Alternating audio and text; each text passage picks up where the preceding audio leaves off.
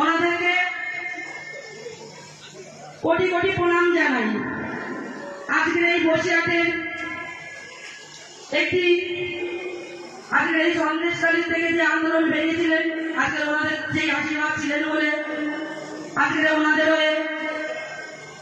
ওনারা আজকে সাহস জুগিয়েছিলেন বলে আমরা আজকে এই জায়গায় আসতে পেরেছি। আর আগামী দিন যেভাবে শিবু হাজরা, শেখ শাহজাহান, নতুন যোদ্ধাকে অ্যারেস্ট করিয়েছি, আমরা সকলে, আমরা মা বোন ভাইরা মিলে এখনো অব্দি যে টিএমসির গুন্ডা বাহিনীরা আজ অত্যাচার করে চলেছে। এই 2024-এ আজকে এই জুনের 1 তারিখে ভোট দিলে 4 তারিখে তোমার রেজাল্ট বেরোবে। টিএমসির গুন্ডারা ছুটে পালানোর কিন্তু পথ পাবে না ভাইরা। একটা কথা মাথায় রাখবেন,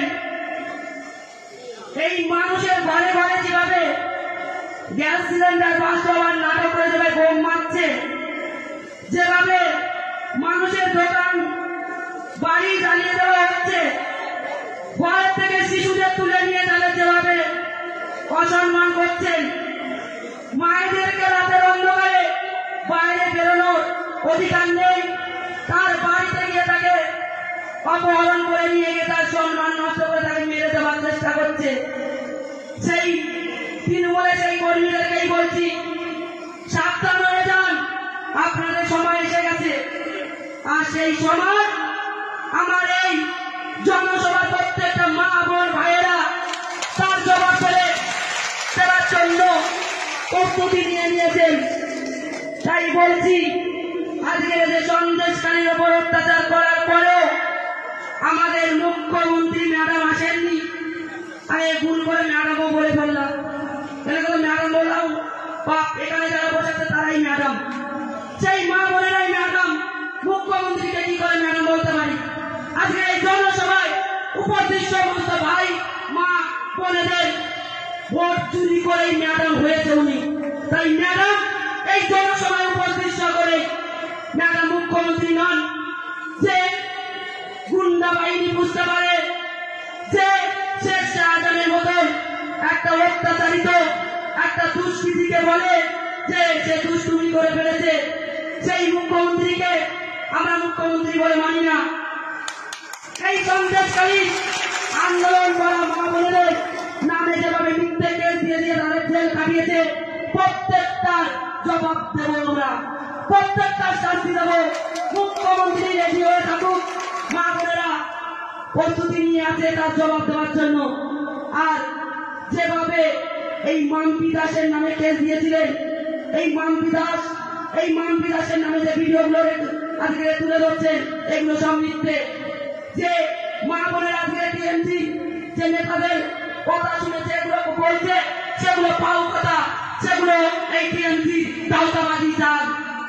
আজকে যেগুলো বলছে ওনাদের ঘরে গিয়ে ভয় দেখিয়ে, আজকে দেখুন এই নিয়তি মাইতি এও যেমন নিজের ইচ্ছায় গেছিলেন, একটা বয়স্ক আমার মার বয়সী, সেও আজকে এই টিএমসি নেতাদের কথা মতো কাজ করেছেন, কিন্তু উনি করতে চাননি, ওনাকে জোর করে করানো হয়েছিলেন।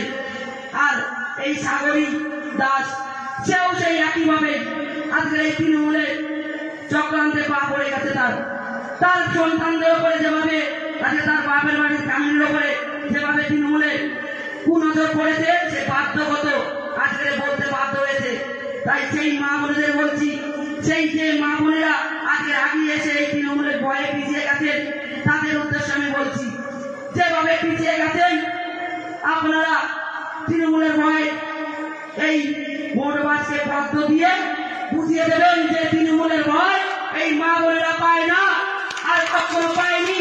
সন্দেশকারীর মা বোন আন্দোলন করছিল আর করবে, কেননা সন্দেশকারীর মা বোন হাতে শেখেনি। আজকে সন্দেশকারী এই ঘটনা ঘটেছে বলে নয়, আজকে বসিরহাটের প্রত্যেকটা কোনায় কোনায় এরকম ঘটনা ঘটেছে, সেই মা বোনেরা মুখ খুলতে পারেননি। আজকে আমার কাছে এমন কিছু লিখিত চিঠি এসেছে, সেইগুলো সেই ভাইয়েরা নিজের নাম গোপন রেখে বলেছে, দিদি ভাই আপনি আমাদের উপকার করুন, আপনি আজকে সেই দিল্লি যাওয়ার অতি আমরা আপনাদের সাথে থাকবো, আপনি পারবেন আমাদের সাথে থাকতে। আমি একটাই কথা বলে এসেছি, আপনাদের জন্য এই বোনের জীবন সর্ব কিন্তু অবধি আপনাদের সাথে থাকবে ভাই, চিন্তা করার কোনো কারণ নেই। এই লড়াই যেভাবে আমরা লড়তে লেগেছি মাঠে, আমরা লড়াই শেষ করব আর তারপরও আমাদের লড়াই জারি রাখবো। কেন বলুন তো? এরকম ছোট ছোট গুন্ডা বাহিনীরা কখন বলে না কেঁচো উঠতে গিয়ে দেখতে বেরিয়ে পড়ে, তাই এই কেউ তোদের বিশ্বাস নেই, কোথায় লুকিয়ে বসে আছে উঠ করেছে বলবে। আমি এখানকার মাথাটা তো ছাড়ার জন্য রেডি থাকতে হবে। তাই এই বসিরহাটের মা বোনের সাথে আমি বলছি, কথা দিয়ে যাচ্ছি, সেই মা বোনের হয়ে আমি মাথা ছাড়ার ব্যবস্থা করে দেবো। শুধুমাত্র আপনারা আশীর্বাদ করবেন। আজকের যেভাবে মাননীয় প্রধানমন্ত্রীজি আজকে আমাদের মাথায় আশীর্বাদের হাত রেখেছিলেন, সেই আশীর্বাদের হাতটা যেন সর্বদাই আমাদের মাথায় থাকে। বিশেষ করে এই ভারতীয় জনতা পার্টি যে কর্মীগুলোর উপর অত্যাচার করছে, সেই ভাইদেরকে বলছি, আপনারা ওনাদের থেকে জয় পালিয়ে যান, পালাবেন না। আরে ওনারা কি করবে? আপনারা পালিয়ে গেলে তারা সুযোগ খুঁজে পায় না। আপনারা যখন একজনের বাড়িতে হামলা করে আপনারা 50টা মানুষ ছুটে আসবেন, ওরা পালাতে পথ পাবে না। আমি বলছি আমার সেই ভাইদের, আমি বলছি ওনারা পালাতে পথ পাবে না। কারণ আজকে সন্দেশকারী বাবনের কাছে ওরা নত স্বীকার করেছে। আজকে দিনের বেলা বেরোতে পারে না, রাতের অন্ধকারে বাইরে নিয়ে বেরোচ্ছে। মা বোনেরা কি করেছেন জানেন? আগে ঝাঁটা ধরেছিলেন, এখন ধান কাটা ভোতা কাস্তি জমিতে কেড়ে নিয়েছে, কাস্তি গুলো ভোতা হয়ে গেছে, বলে ভোতা কাস্তি দিয়ে কুপাবো। আসতে বলো দিদি, আমরাও রেডি আছি। সন্দেশকারীর মা কি জিনিস চিনিয়ে দেবো। ওনারা মায়ের গর্ভে জন্ম হয়নি, আমার সন্দেশকারীর থেকে আমার মা বোনের আমাকে ফোন করে বলেছেন। তাই সেই কথা আমি বসিরহাটের প্রত্যেকটা মা বোনের মুখে শুনতে চাই। রাতের অন্ধকারে যারা আসবে আপনাদের মনে হয়তো নেই সেই ভোতা কাস্তি, কিন্তু আছে, মনের কাস্তি আছে। সেই কাস্তি দিয়ে কখন ছুটে পালা এই তৃণমূলের দুষ্কৃতীরা। আর মুখ্যমন্ত্রী আজকে যে বড় করছেন, তাই বলছি মুখ্যমন্ত্রীর চেয়ার এমনি সরে গেছে। আর পিসি ভাইপো এই 2024-এ এই ভোটের পরে দেখবেন ওনারাও যাবেন। পিসি ভাইপো দুজনেই শেখ শাহজাহান দুষ্টু ছেলের সাথে জেল খাটছে, টিয়ারে যাবেন। কথা দিন আপনারা যাবে তো পিসি ভাইপো টিয়ারে যাবে, কারণ আজকে যেতে বাধ্য। যে অত্যাচার করেছে আমার মা বোন ভাইরা টিয়ারে পাঠাতে তাদের যতটা অবশ্যই আমার ভাইটা অনেকক্ষণ থেকেই বলছেন। হ্যাঁ, তাই ভাইটার জন্য অসংখ্য ধন্যবাদ। এই ভাইটার মতো সবাই মনে সাহস জাগান। আর আপনাদের কাছে আমার একটাই অনুরোধ, মাননীয় প্রধানমন্ত্রীজি ছিলেন আর থাকবেন। আর তৃতীয়বারের জন্য এই আমার জনসভায় যত উপস্থিত এই বসিরহাটের মা ভাই সবাই মিলে আমরা একসাথে হাতে হাত মিলিয়ে এই বসিরহাটকে উপহার হিসেবে দেবো। তাই আপনারা যেভাবে আমার মাথায় হাত রেখেছেন আশীর্বাদে, সেইভাবে রাখুন। আপনাদের জন্য আজকের এই সুন্দরবনের জন্য যতটুকু করিল ততটুকু করব। আজকের যেটা আজকের মুখ্যমন্ত্রী করতে পারেননি, সেটা আমি গিয়ে প্রধানমন্ত্রীর হাত দ্বারায় আপনাদেরকে সেই সাহায্যগুলো পাওয়ানোর ব্যবস্থা করব। কথা দিয়ে যাচ্ছি, আমি গরিব ঘরের মেয়ে, আপনাদের ঘরের মেয়ে। তাই আপনারা আমার পাশে যেভাবে আছেন, আপনাদের জন্য আপনাদের পাশে থাকা আমার কর্তব্য।